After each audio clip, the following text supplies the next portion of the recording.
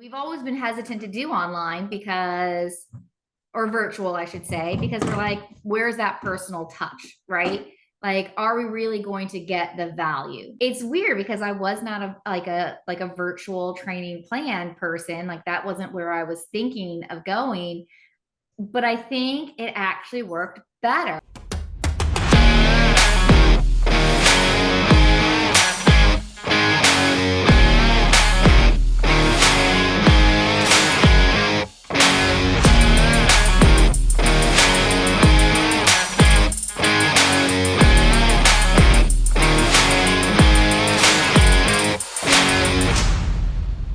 I'm Kayla, I'm the mom, Melanie. also known as Silent Dub. Silent Dub. I love it. Kayla, how old are you and where are you guys from? I'm 11 and I'm from Pensacola, Florida. Love it. We saw Great your start. videos and my mom was like, well, this guy's famous. And I'm trying to make Kayla come back. So we'll just throw her in with like a famous catching thing and let's see and let's do it. And like maybe if it doesn't work out, maybe she'll just catch again because she saw somebody famous catching. But like it worked out beyond our beliefs, like way beyond. It did. It really I did. love it. And we don't have we live in the heart of SEC country, right?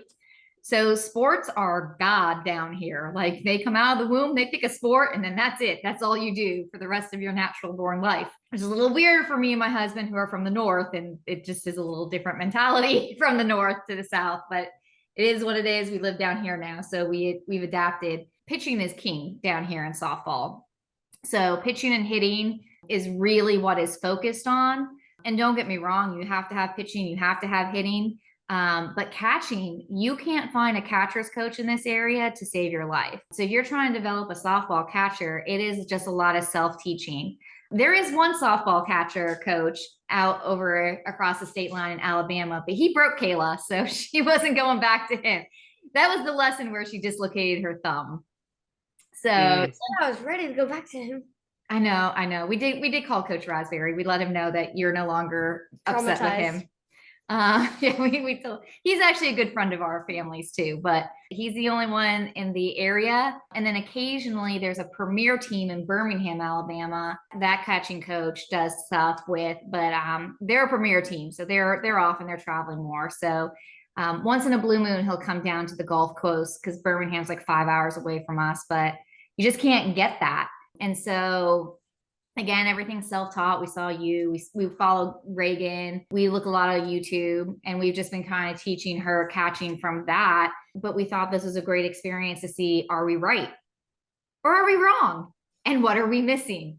Apparently we miss a lot. Like there was a lot that we weren't aware of, but we really saw her grow a lot these last 4 weeks. So it was great. That's so cool. Tell me a little bit about some of the challenges that you were having before the program. I know that you said it was hard to find a catching coach, that for softball, there's only one of them in the area. You dislocated your thumb, right? What were some of the other challenges that you were having though, as you were trying to get better at catching? Mental stuff. Cause I was thrown into catcher. This was a way back. Like this is when I was still in 10U, and that was like my first year in 10U. I was pulled out of shortstop. They said, we have another shortstop. We need a catcher. Nobody can catch. You do it. So I was like, just like not good. And then I go into my first year, not my first year. Still, I haven't learned fully how to catch yet in like my last year of 10U. And then they just throw me in with the fastest pitcher. They're like, hey, nobody else wants to catch this. Go do this. And my mentality was like, this girl's fast. I'm not going to catch her. Like, what are they doing throwing me in here? Like, I can't get around that ball, you know? And then I was like, it's been history since, and I've like adapted to it, like grown from it and stuff. And I've caught her really well over this past. And you can definitely see a growth like before I started this program. You can definitely see a way better growth after I started this program. You can see when I went from like just like not great to like in the middle of like good and like great. I like it. I like it. Okay, so tell us a little bit about what doing the program was like. It was like you guys made it feel way more personal than it was. Like, even though I actually Googled this, even though you're 2019 miles away, yeah. And you made it feel like you were like down in Florida, like actually teaching me. You didn't make it feel like, oh, like awkward or anything. Because like the only reason why is because like nicknames are like when down here in the South, nicknames mean a lot. And like if you have a nickname, you like are like friends with that person. And then like y'all gave me a nickname, and then I'm like, wait, y'all actually giving me a nickname? Wait, what? You did? And like it made me feel like happy, and like made it feel like y'all are like just not like just normal people out there just trying to fix my stuff, trying to make me improve by fixing my stuff that I got wrong. Yeah.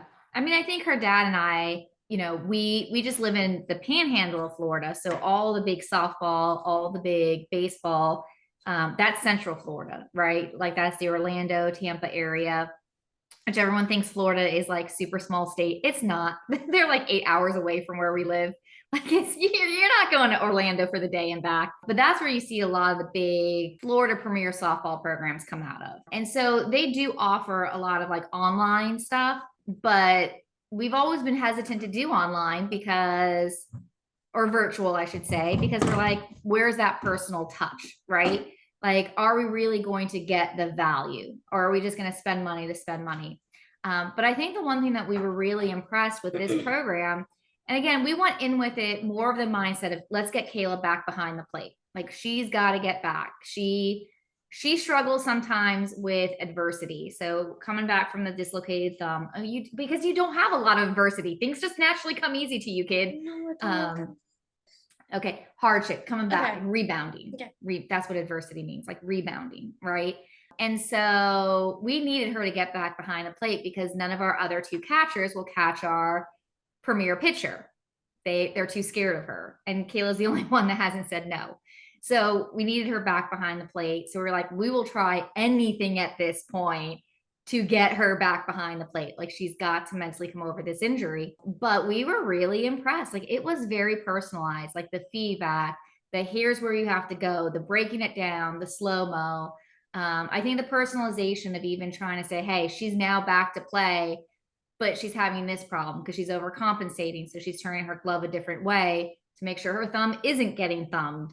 And potentially dislocated anymore. It just was really great to see that personalization that we just honestly didn't think we were going to get, but we didn't care if we got at first because we were just like, we need something to get her motivated to get back behind the plate. And then it just exceeded. It really exceeded expectations. And my husband and I, we both were like, wow, we learned so much more about catching in these past 4 weeks than we ever thought we'd ever learn. And what we thought we knew, some of it was right. And then what we thought we knew wasn't right. And then we learned a whole lot more than we ever anticipated. So it was really great. And I think it's weird because I was not a virtual training plan person. Like that wasn't where I was thinking of going. But I think it actually worked better, especially for someone like Kayla, who's very visual. She's a visual learner. Like, so if you show it to her, you break it down, she'll pick up on it right away. And it's weird because in live lessons, right, you can't slow it down, right? Like that ball's coming and she's going to catch it and she's going to catch it. And if you don't have a million eyes in a million different directions, you're going to miss, like, did she block towards the inside of her leg where she really should have put her glove down first? You're just not going to pick up on those things in live because you can't slow it down like you can on a video. And then just slowing it down and just really focusing on this is the area of opportunity. This is the area of opportunity. But mixing it in with a lot of encouragement too, and also explaining what went well as well, and being very encouraging as well. I thought it was I don't know, I'm more bought into like virtual lessons than I thought I would be. So yeah, it's amazing. We did try and get our other two catchers on the team to sign up, but I don't know if they're going to or not. So, but we did try. So, okay, now, Kayla, here's my other question for you. How would you describe me? You don't really point out a lot of things like about softball catchers because you don't know a whole lot about softball. Like there's a lot of things. Like I might be wrong. You might like know everything, but I don't really know. But I think like if I was talking from the baseball side, you give great feedback, like amazing feedback, like point out things that no other people see because you can go to the video and slow it down and you like interact with them. You're not just like the coach that goes, this and this and this is wrong. You just say, this is wrong, but this is how you can fix it. This is wrong, but it's okay. Like you can probably grow out of that. But if you don't start growing out of that, you can do this to fix it. And then you have these meetings where we have to think and do all this stuff to really think. And you're just making it to where like we have to think, we just don't do, we have to do other things like do the journal and stuff where you see if you something think you did it well, let's see if you actually did it well, if you know what I mean. Yeah, Can't I like describe that. that more. I like that. Okay, so then my final question is, after the 4 weeks, what's the biggest change that you've seen? So this is the biggest change I've seen. I've seen a lot of changes, including like stances and stuff. So my outside pitch when I would frame would be my strongest like pitch to frame. And like I could frame that so well. And like it's still like strong and stuff. And then I would go and frame my inside pitch and it would hit my palm and fall off, hit my palm and fall off. Even in games, it would hit my palm and fall off. And sometimes I would catch it in the wrong and it would pull my glove off. Like that's not good, right? Now I did like the receiving stuff and framework and stuff. And you can definitely see an improvement in my inside pitch. I'm not like coming like here, palming it and trying to bring it in. I'm catching it, I'm getting around that ball. And I can like catch that way stronger now than my outside because I'm like right here and I don't go across my body anymore. If you know what I mean. Yeah, I'm trying. I would agree with that. Like her receiving, I mean, I'm not gonna lie to you, we were pretty arrogant. We thought her receiving was pretty good. But again, this is one of the things like she snags the balls really good. And so her pitcher that is our premier pitcher on the team, she's also a little wild though, so she's still finding her zone. And Kayla's just so flexible and so mobile that she snags a lot of those balls where our other two catchers will let them go to the back. Like they'll go to the back stop. Kayla's able to just snag them up. And so we call that picking. That's what we call it. So she's just able to pick. So we kind of thought that was great, right?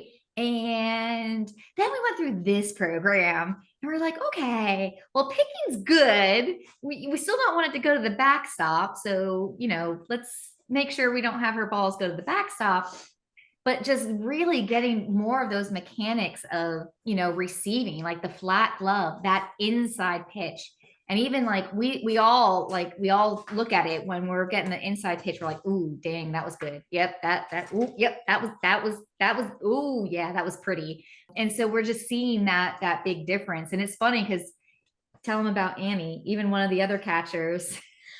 So we were at practice the other day and I'm starting to like do my framework, incorporating it because there's no point in doing it and not doing it in practice. She's copying me. So like I'm catching it and I'm bringing it down here and then she's watching me and then she's like, oh, so if she's bringing it down like this, I should bring it down like this. So we went the opposite way where Riley goes first and then you see her catch the high one and she's like, oop, oop. And then I catch it and I'm like, and then like that. And then she goes, and then she catches it and she's like, whoop. And then like I'm doing my single knee and what do you know? She has a single knee stance too. I've never seen her do it in her entire lifetime. And then she's just framing why she's on her single knee, like me. Yeah. Her dad even said, follow Kayla. And so she's been following Kayla. She's just mimicking Kayla now. So that was kind of cute. It was cute. It was definitely cute. But yeah, I think the receiving really has just come along. And we only had the 1 week of throwing, so I definitely think we'll take the throw or the feedback, and we're going to continue to incorporate that. But I think another thing is just starting blocking, like our mentality, which is funny because that's what we kind of liked about your program when we were listening to it. It goes to the backstop. That's it. Run scored. Like that, you're done. Like you've got to get this ball in the glove. You've got to keep it in front of the plate. And so that's what we concentrate on more than anything else. So none of our catchers really have started blocking, to include Kayla. And we're always like, look, we'll get there. Once you get once you can catch the ball, then we'll work on blocking. But we haven't even researched blocking to understand it and the mechanics. And so I think, she still has more work to do on blocking, but this is the first time she's ever blocked, the first time she's practiced it. And I think even just understanding the basics of blocking, we're starting to slowly see. She actually did it one day in practice, and the coaches were like, she actually blocked. Yeah, that's what they said. They were like, she blocked that. And they were like, way to go, Kayla. And so just starting to get that into the repertoire as well. See, repertoire, that's a big fancy word too. I don't know what that means. I'll teach it to you later. That is so cool. I hope you liked this video with Silent Dub. And here's a fun fact. This video was actually filmed about 2 years ago after we initially did our 4-week program. And I'm just getting around to editing them. I have a bunch of other testimonials that I haven't edited. But all that being said, one of the most common questions that I get is, how do I change what I teach for softball versus baseball? If you're a softball player and you watch this, you're probably wondering that. And here's the answer. I teach it roughly the same, because ultimately, even though the pitch is coming at a different angle, baseball versus softball, the skills and the foundational movements are the same. And if you look at the best softball catchers at the college level, a lot of them are using baseball techniques, single knee, putting the glove on the ground, catching the ball up. I don't think that there's a better program to teach you the specific movements that you'll need than the one that I use. And that's proof of why I've worked with Silent Dub for over 2 years. So all that being said, if you want to learn more about how I actually help catchers, what the process is behind that, and what truly the system is, then watch this video right over here, and it'll walk you through everything. Okay? I'm Coach Bougie. I'll catch you later.